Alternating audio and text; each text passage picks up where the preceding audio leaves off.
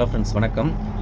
இன்றைக்கி நம்ம வீட்டில் என்ன பார்க்க போகிறோம் அப்படின்னா, நம்ம மளிகை கடையில் வந்து கேஸ் இப்போ வந்து பார்த்திங்கன்னா ட்ரெண்டிங்கில் வந்து எல்லாமே வந்து அதிக விலைக்கு போயிட்டுருக்குன்னு சொல்லி சொல்கிறாங்க.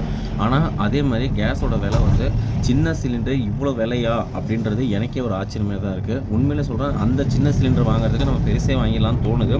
ஆனால் இப்போ இருக்க பட்ஜெட்டில் வந்து பார்த்திங்கன்னா அந்த சின்ன சிலிண்டர் உடனே கிடைக்குது. பெரிய சிலிண்டர் தான் நமக்கு உடனே ஸ்பாட்டில் நமக்கு கிடைக்கிறது இல்லை. அதை நான் உங்களுக்கு காட்டுறேன். இப்போ எங்கள் கடைக்கு வந்து நான் நேற்று நைட்டு வாங்கின இன்வெஸ்ட்மெண்ட் பண்ணி அதோட ஃபுல் டீட்டெயில் உங்களுக்கு சொல்கிறேன் பாருங்கள். இப்போ தெரியுது பார்த்தீங்களா, இந்த சிலிண்டர் பேர், கம்பெனி பேர் வந்து பார்த்தீங்கன்னா குவாலிட்டின்னு சொல்லிட்டு, இதோட வெயிட் வந்து பார்த்திங்கன்னா உள்ள சிலிண்டரோட கேஜி வெயிட் வந்து பார்த்திங்கன்னா 4 kg ப்ளஸ் வந்து இந்த இதுவும் கொடுத்துட்றாங்க உங்களுக்கு. அந்த மேலே ஃபிட் பண்ணுற பர்னர் பிளேட்டையும் சேர்த்து கொடுத்துட்றாங்க.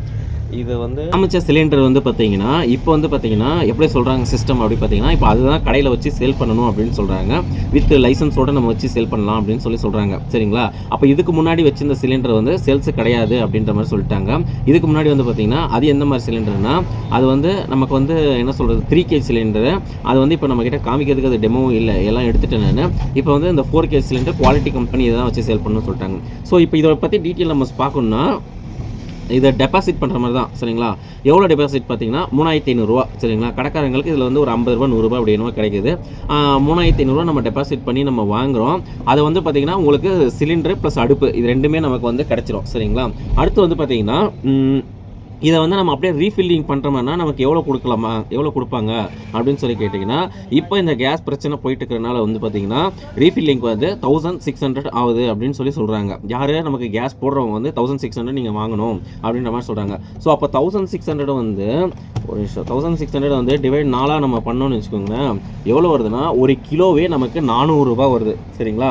இந்த கேஸ் சிலிண்டர் பிரச்சனை இல்லாததுக்கு முன்னாடி நமக்கு வந்து பார்த்திங்கன்னா ஒரு கிலோ வந்து பார்த்திங்கன்னா 250 280 இந்த ரேஞ்சு தான். சரிங்களா? சின்ன சிலிண்டர்னா இது, பெரிய சிலிண்டர்னா கொஞ்சம் அதிகம், அப்படி தான் ரேஞ்சு போயிட்டு இருந்துச்சு.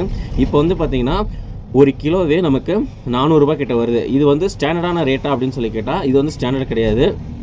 இப்போ தற்சமயத்துக்கு இந்த ரேட்டு.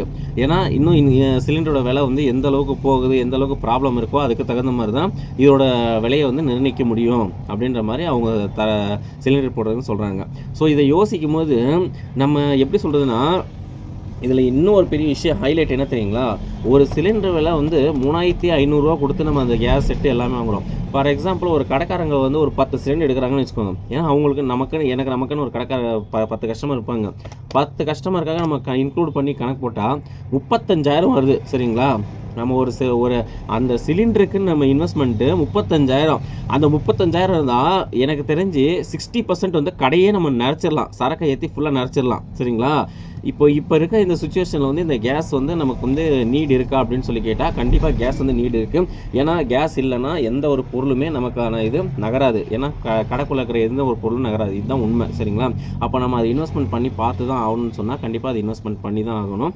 ஸோ நான் என்ன சொல்ல வரேன்னு புரிஞ்சுருக்கும்னு நினைக்கிறேன் நான். அதனால் வந்து இப்போ வந்து பார்த்திங்கன்னா சிலிண்டரோட விலை வந்து கடைக்காரங்களுக்கும் சின்னது இருக்கிறதுமே பெரிய ஒரு கஷ்டமாக தான் இருக்குது. சரிங்களா? நம்ம இன்வெஸ்ட்மெண்ட் பண்ணி அவ்வளோ சிலிண்டர் காசு கொடுத்து வாங்கணுமா, அதை வாங்கி போயிடுச்சுன்னா பரவாயில்ல, போகாமல் தேங்கிருச்சுன்னா அதுவும் நமக்கு கொஞ்சம் கஷ்டமாக தான் இருக்குன்றத தெளிவாக நான் சொல்ல வரேன் நான். ஸோ இந்த மாதிரி சிலிண்டரை பற்றி உங்களுக்கு அப்டேட் எதனா தேவைப்படுது, இந்த குவாலிட்டி சிலிண்டரை பற்றி இன்னும் மேலும் எதனா அப்டேட் தேவைப்படுதுன்னா கண்டிப்பாக ஒரு லைக் பண்ணி ஒரு கமெண்ட் பண்ணுங்கள். என்னன்றதை நான் உங்களுக்கு தெளிவாக டீட்டெயிலாக உங்களுக்கு நான் சொல்கிறேன் நான்.